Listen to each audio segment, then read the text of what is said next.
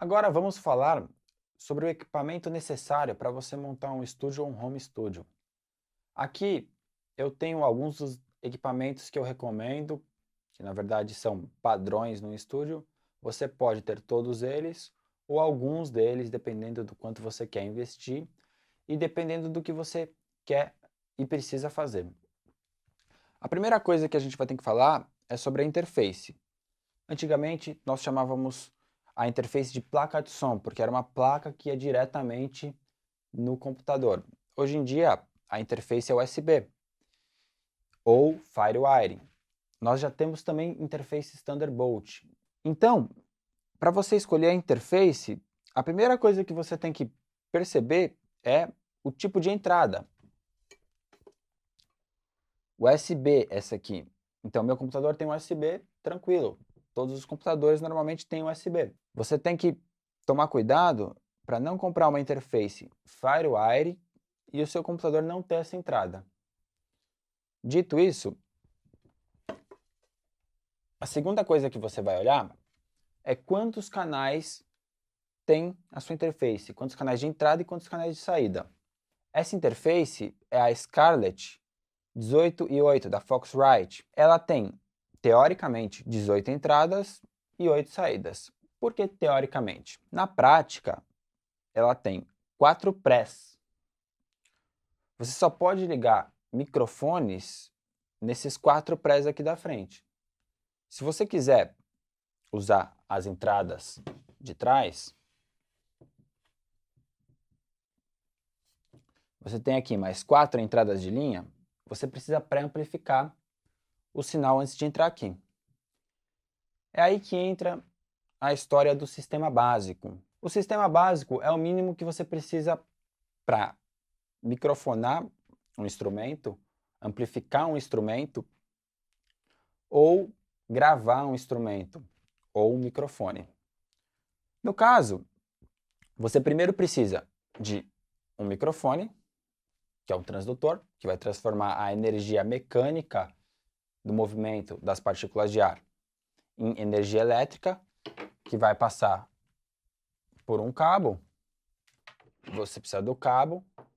Você vai ligar o microfone no pré-amplificador. O caso aqui é que eu tenho um pré-amplificador embutido nessa placa. Na verdade, eu tenho 4. As outras 4 entradas que nós temos lá atrás, elas não possuem pré-amplificadores. Então, se eu quiser ligar alguma coisa, vai ter que ser alguma coisa com nível de linha. Uma saída de uma pedaleira de guitarra, um teclado que já tenha um nível de saída de linha, ou algum instrumento ou microfone que já passou por um pré-amplificador externo. Por exemplo, uma mesa de som. Então eu posso ligar o meu microfone numa mesa de som e depois ligar diretamente nas entradas aqui atrás. Por isso que é muito importante ver quantos pré-amplificadores tem a sua interface. Daí, você tem aqui atrás mais uma entrada ótica, optical input, que vai te prover mais 8 entradas via um cabo de fibra ótica. Então é uma entrada digital. É o único cabo que passam 8 sinais por ele. Esse cabo, ele vai vir provavelmente de um pré com saída digital ou um conversor. Então você precisaria comprar um equipamento extra para usar estes outros 8 canais. Seria uma interface interessante para você que quer começar com um home studio menor e pretende expandir depois. E você tem também aqui uma entrada coaxial digital, que também é uma entrada que você vai precisar de um conversor digital, só que em vez de passarem 8 sinais por um único cabo, passam somente 2 sinais por um cabo coaxial digital. Ele é parecido com o cabo RCA, mas ele é o coaxial digital. Essa interface, é importante você perceber que ela precisa de energia externa. Então, se você quiser usar ela com laptop em algum lugar que não há energia, se você quiser gravar na rua, você não vai conseguir usar essa interface sem energia externa. Ela tem também entrada e saída MIDI. Se você tiver algum instrumento MIDI e você quiser conectar na sua interface, você pode sem problemas. E agora falando das saídas, ela tem um par de saídas para monitor, um par de saídas digital, coaxial digital. E o mais interessante aqui é que ela tem 2 amplificadores de fones de ouvido. Isso é muito importante, porque eu consigo ter volumes independentes e mixagens independentes da mixagem do control room, do monitor, das caixas. Então, eu posso ter uma mixagem para o mixador, produtor musical, técnico de áudio, posso ter uma mixagem diferente para um músico que está lá dentro da sala de gravação e uma outra mixagem diferente para um outro músico. Eu posso ter 3 mixagens diferentes. 2 canais de saída, mais 2 canais, mais 2 canais. Então, 2, 4, 6, mais 2 que a gente viu lá atrás do coaxial digital, são 8 canais. Então, recapitulando, 4 prés, 4 canais de entrada, mais 4 aqui atrás, 8. Mais 8 aqui, 16.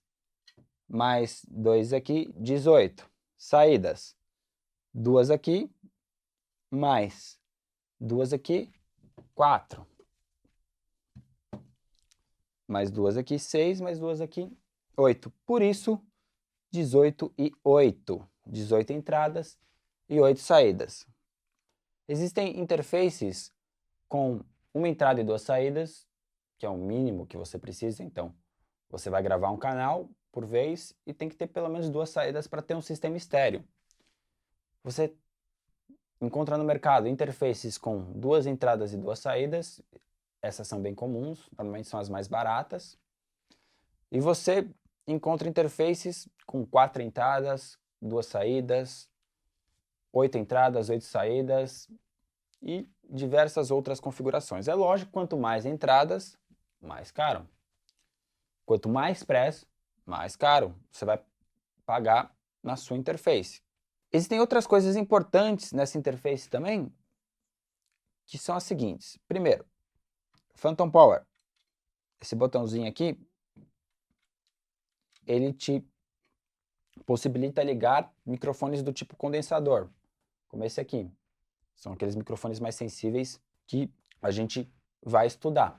E você tem também um botão de mute. Nem todas as interfaces possuem um botão de mute. Então, às vezes, você quer desligar o control room, ou seja, o volume das caixas, você aperta aqui e ela muta o volume das caixas. Você tem um botão de control room independente do botão dos fones. Existem algumas interfaces mais baratas que quando você abaixa o control room, ou seja, o volume das caixas, ele também abaixa o volume dos fones.